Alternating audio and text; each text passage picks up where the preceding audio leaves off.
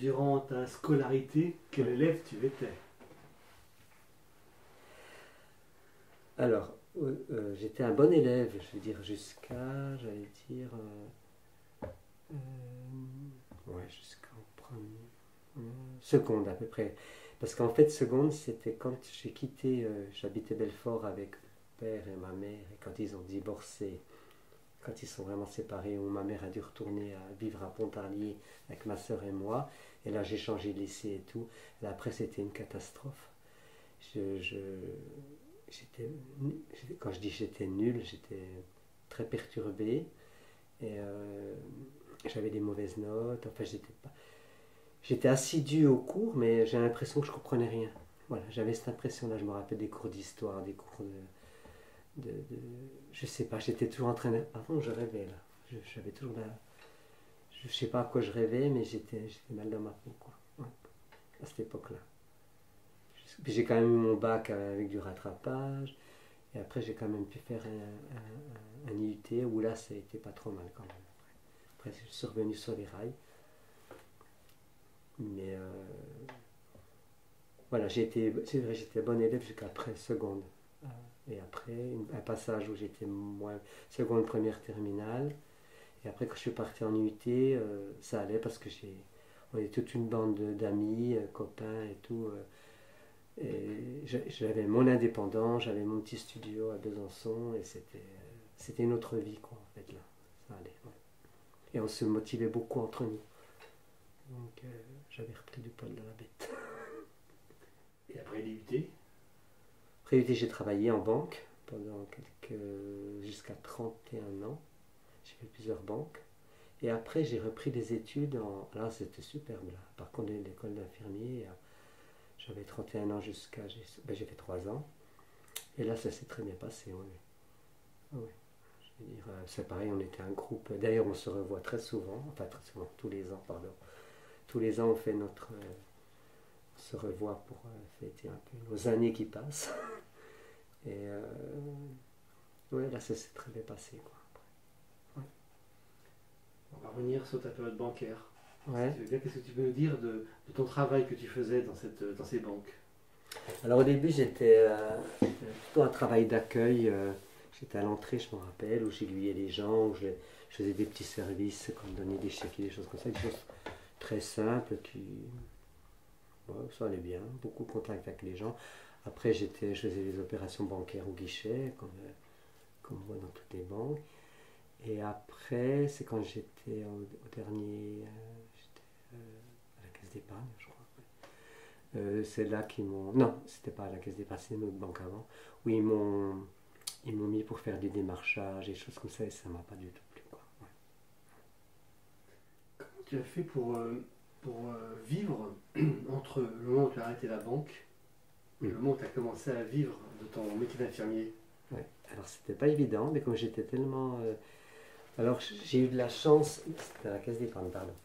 À l'époque, je ne sais pas si ça existe toujours, on avait le droit de demander une année sabbatique avec une rémunération, enfin moi que j'ai eu le droit.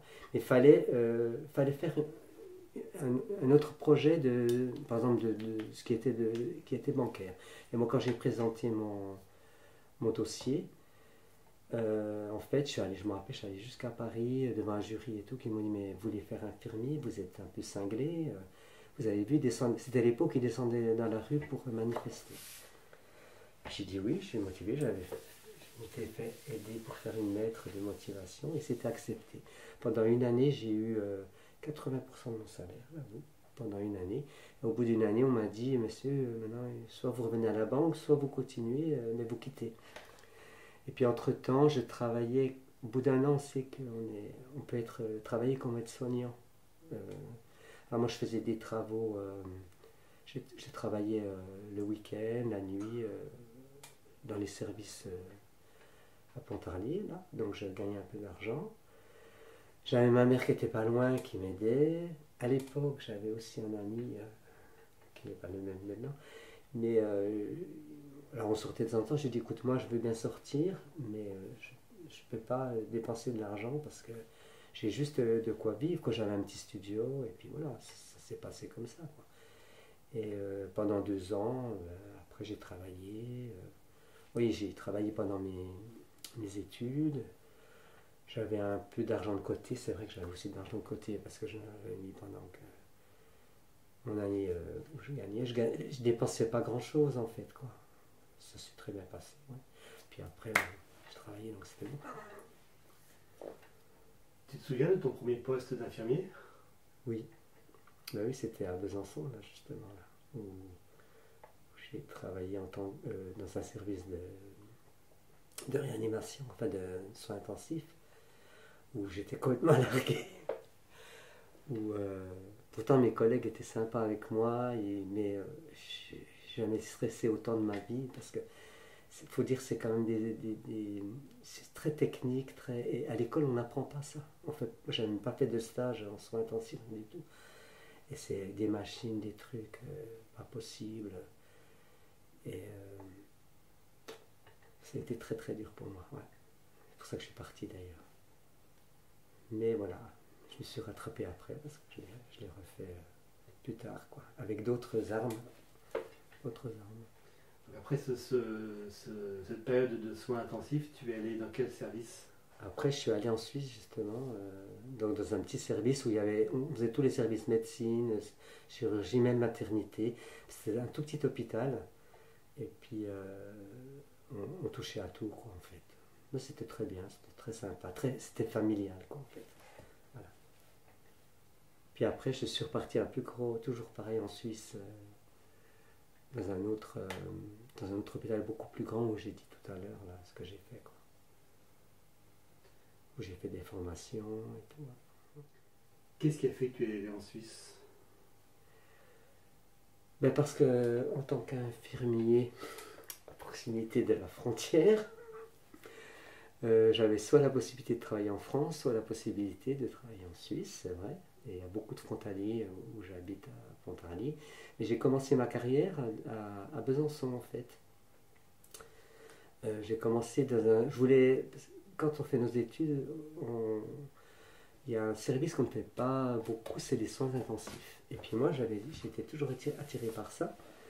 Et puis à Besançon, il y avait des places justement, donc j'ai commencé là-bas. Et c'était une catastrophe pour moi. Parce que aucune formation, j'ai été largué comme c'était très difficile. Et je suis resté, je crois, 3 mois parce que vraiment, ça me convenait pas. Alors que je m'étais mis ça en tête, mais je me suis rattrapé après. Alors je suis parti en Suisse parce que voilà, ils cherchaient du monde, ils cherchent beaucoup de Français en tant qu'infirmier. Donc j'ai travaillé déjà dans un petit hôpital. Puis après, bon, j'avais fait vite le tour, c'était vraiment des soins basiques et tout. Et je suis parti donc à Yverdon travailler dans un autre service. Et au fur et à mesure, ils m'ont proposé une place justement aux soins intensifs avec une formation. Ce qui est bien en Suisse, c'est vrai que pour connaître, ça s'est dégradé un peu maintenant, mais les formations étaient. J'ai fait une formation pour patients Alzheimer, pour les soins intensifs. On était beaucoup soutenus, il y avait beaucoup de possibilités. Donc, du coup, je suis sauté sur l'occasion et j'ai fait la formation pendant 1 an. Et je l'ai fait, j'avoue que. Donc, j'ai fait jusqu'au bout, mais c'était pas mon truc. De nouveau, c'était pas vraiment ce que j'attendais, quoi. Mais après, j'ai eu la possibilité d'aller en salle de réveil avec cette formation, et là, ça m'a beaucoup plu. Et après, j'ai pu faire responsable d'un petit service de jour où ça me plaisait bien. Et donc, ça s'est terminé, le travail hospitalier après, je suis parti en soins à domicile pendant 8 ans, où j'ai beaucoup adoré. Alors, au début, je ne voulais pas faire du domicile, c'était exclu dans ma tête, je ne voulais pas. Puis, ce qui s'est passé, c'est que le service où je travaillais en tant que responsable, c'était un service de jour. Les gens venaient la journée, se faisaient opérer, repartaient le soir. C'était moi qui étais responsable. Et ils fermaient le service. Alors, ils me proposaient bien sûr un poste dans un autre service, mais je perdais mon titre de responsable. Et ça m'a vexé, bien sûr. Alors, je suis parti à domicile. Et ça m'a énormément plu, alors que je ne pensais pas du tout, quoi. Et les 2 dernières années avant à mes 60, j'ai dit j'arrête à 60 ans. Les 2 dernières années, j'ai fait plus l'administratif. Parce qu'entre guillemets, c'est pas que j'en avais marre des soins, mais je crois que j'avais fait le tour, quoi. Ça devient pénible à la fin, quoi. Voilà, après la place aux jeunes, comme je dis. Et puis, j'ai j'ai fait beaucoup. Enfin, c'est très intéressant, c'est un peu ce que je voulais. Où en fait, on a tous les clients qui appellent pour plein de choses, pour aller les voir, pour aller comment. Aller voir ce qu'ils ont besoin, parce que c'est-à-dire qu'il y a, comme je disais, les soignants, les- il y a des ergothérapeutes, il y a des assistants sociaux, et on travaille, on va chez les personnes, et on essaye de, si vous voulez, de savoir quels besoins ils ont. Alors, s'ils ont besoin d'une aide à la toilette, s'ils ont besoin de repas, et on fait une évaluation, tout ça. Donc ça, au début, je l'ai fait, beaucoup, ça me plaisait énormément. Et après, justement, je m'occupais de recevoir tous ces appels et d'organiser le travail pour les autres, quoi. Ce que je n'ai pas dit, mais voilà, pourquoi le travail, c'est que quand j'ai fait les soins à domicile, il y avait un poste de responsable infirmier, comme j'avais été responsable avant, qui se libérait. Alors j'ai postulé, j'ai eu le poste. Et malheureusement, je suis tombé sur... bon, ça me plaisait, mais j'ai eu aucune formation. Il y avait plein de choses que je n'avais pas les éléments pour les travailler. Et une de mes collègues infirmières était vraiment... s'en foutait carrément, elle pensait qu'à elle. Elle ne m'a jamais aidé, rien du tout. Et je faisais l'ancien boulot que je faisais avant, c'est-à-dire d'aller chez les gens et tout. Et je devais faire le nouveau travail. Et j'ai perdu pied. C'est-à-dire que j'ai fait un burn-out. Et un matin, j'ai dit je ne vais plus travailler. Et ça m'a beaucoup perturbé aussi, ça. Et moi, je n'ai pas été arrêté très longtemps, 2 ou 3 mois, mais je ne pouvais plus travailler. Et je ne sortais plus de la maison.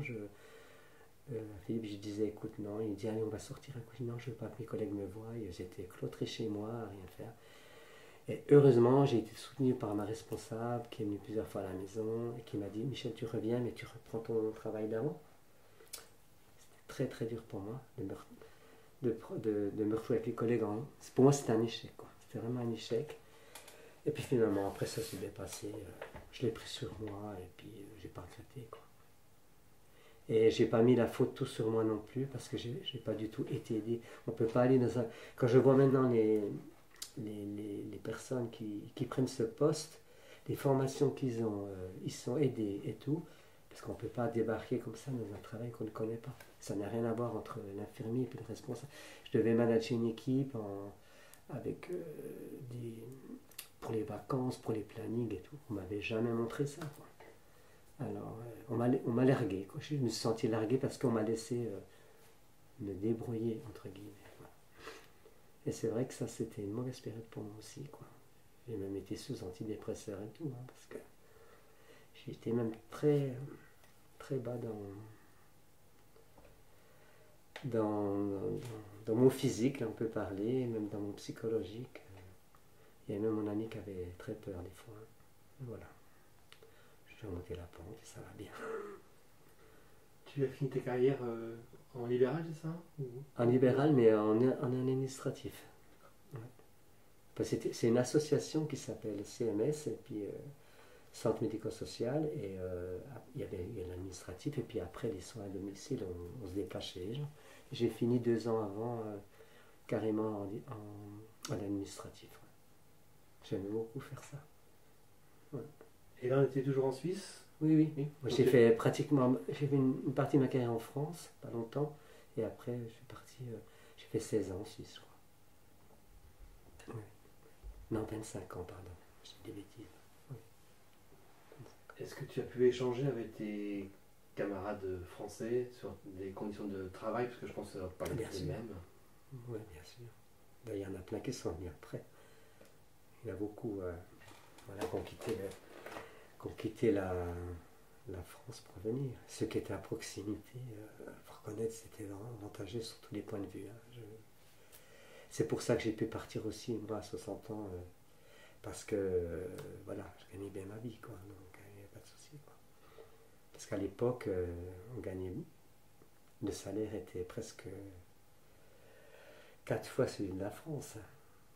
Ah ouais, ouais. Oui, si on faisait le change. Hein. Maintenant, c'est à peu près kiff-kiff. Hein, parce que... Mais les salaires étaient beaucoup plus élevés en Suisse. Ben, la vie est plus chère aussi hein, là-bas. C'est-à-dire qu'on vivait là-bas, voilà. Mon ami, il travaillait dans une banque là-bas. Donc c'était, la vie était beaucoup plus chère. Hein, je veux dire, tout ce qui était appartement, nourriture et tout, c'était en proportion du salaire. Quoi. Et quand on revenait en France, une époque je suis revenu en France, mais après quand je l'ai connu, j'ai vécu avec lui en Suisse. Quoi. Qu'est-ce qui t'a apporté ce métier? Ben, je me sentais valorisé dans ce métier. Ouais. Je me sentais quelqu'un quand même. J'ai l'impression que j'étais utile. Ah, quand je dis utile, c'est pas le mot. J'étais.